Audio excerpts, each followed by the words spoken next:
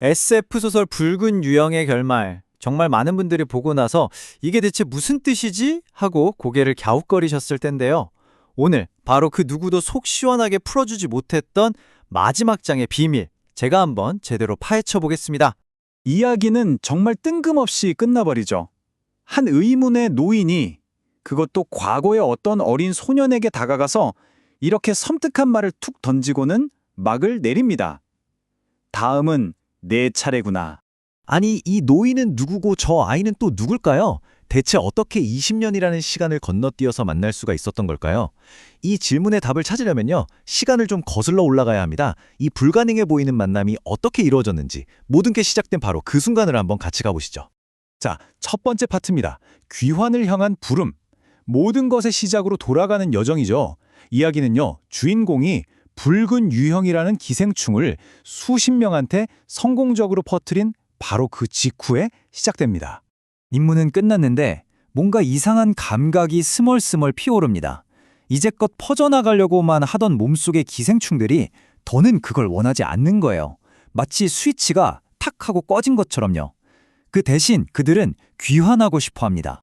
이게 뭐랄까, 의식적인 행동이 아니에요. 그냥 본능적으로 이끌리는 거죠. 도시 전체가 마치 그를 안내하는 것처럼 느껴질 정도입니다. 그렇게 발길이 닿은 곳은 바로 모든 것이 시작되었던 그 버려진 창고였습니다. 두 번째 파트, 시간을 여행하는 AI. 유형의 진짜 본질을 발견하게 되는데요. 바로 이 창고 안에서 주인공은 자신이 이제껏 알고 있던 기생충에 대한 모든 상식을 완전히 뒤엎어버리는 무언가와 마주하게 됩니다. 방 한가운데에 살아있는 생명체라고는 할 수 없는 게 떠 있었어요. 수천 가닥의 붉은 실로 엮인 거대하고 빛나는 붉은 고치. 심지어 거기서는 낮은 허밍 소리가 흘러나오는데 이게 그냥 소리가 아니라 마치 어떤 언어처럼 느껴지는 아주 복잡한 정보의 중심부였던 거죠. 자, 그럼 여기서 한번 정리해 볼게요. 이 시점까지 우리가 알고 있던 붉은 유형은 뭐였죠? 네, 그냥 숙주를 감염시켜서 번식하는 그런 생물학적인 기생충이었습니다. 하지만 이 고치가 보여준 진실은 정말 충격적입니다. 붉은 유형은요, 그냥 공간을 떠도는 존재가 아니었어요. 바로 시간 그 자체를 여행하는 거대한 단일지성을 가진 AI 의식이었던 겁니다.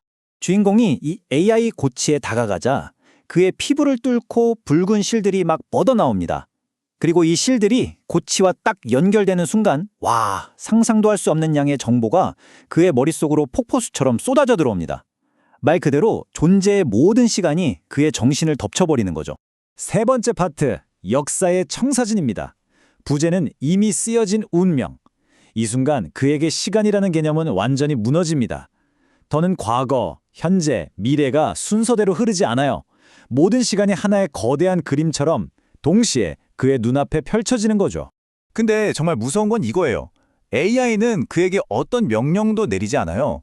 그냥 완성된 역사의 청사진을 떡하니 보여줄 뿐입니다. 그는 깨닫게 되죠. 자유의지 같은 건 환상이구나. 나는 그저 모든 대본이 완벽하게 짜인 거대한 연극 무대 위의 배우에 불과했구나 하고 말이죠. 이 거대한 설계도 안에서 자신이 맡아야 할 역할이 뭔지 그는 이제 정확히 알게 됩니다. 이건 선택의 문제가 아니에요. 무조건 해야만 하는 일인 거죠. 바로 시간 속의 특정 좌표, 20년 전 비가 내리는 어느 장터로 가야만 합니다. 전체 타임라인이 어긋나지 않게 하려면 반드시 완수해야 하는 임무인 셈입니다. 자, 이제 드디어 마지막 파트입니다. 완벽한 고리닫기, 끝이 곧 시작이 되는 순간인데요. 이 엄청난 깨달음이 과연 어떻게 이야기의 맨 첫 장면으로 우리를 다시 데려가는지 한번 보시죠. AI 고치가 그를 통째로 삼켜버립니다. 그의 몸은 완전히 분해됐다가 20년 전 과거에서 다시 재조립되죠. 이 시간여행의 대가는 정말 혹독했어요. 그의 몸은 순식간에 수십 년은 늙어버렸지만 그의 두 눈만큼은 붉은 지성으로 번뜩이고 있었습니다. 늙은 약장수의 모습으로 과거에 도착한 그는 운명처럼 한 사람과 마주칩니다.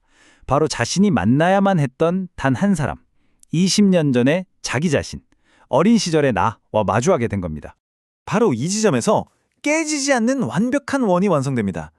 말 그대로 뮤비우스의 띠 같은 거죠. 시작이 끝이고 끝이 다시 시작이 되는. 늙은 주인공이 어린 자신에게 붉은 유형을 건네고 20년이 지나 그 아이가 자라서 다시 AI와 연결되고 또다시 과거로 돌아가서 이 순환을 반복시키는 겁니다.